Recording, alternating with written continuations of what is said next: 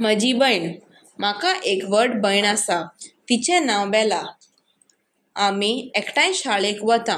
बेला तिसरेक आसा आनी ताका रंगोवपाक खूब आवडटा. म्हजी भयण म्हाका अभ्यास करपाक आदार दिता.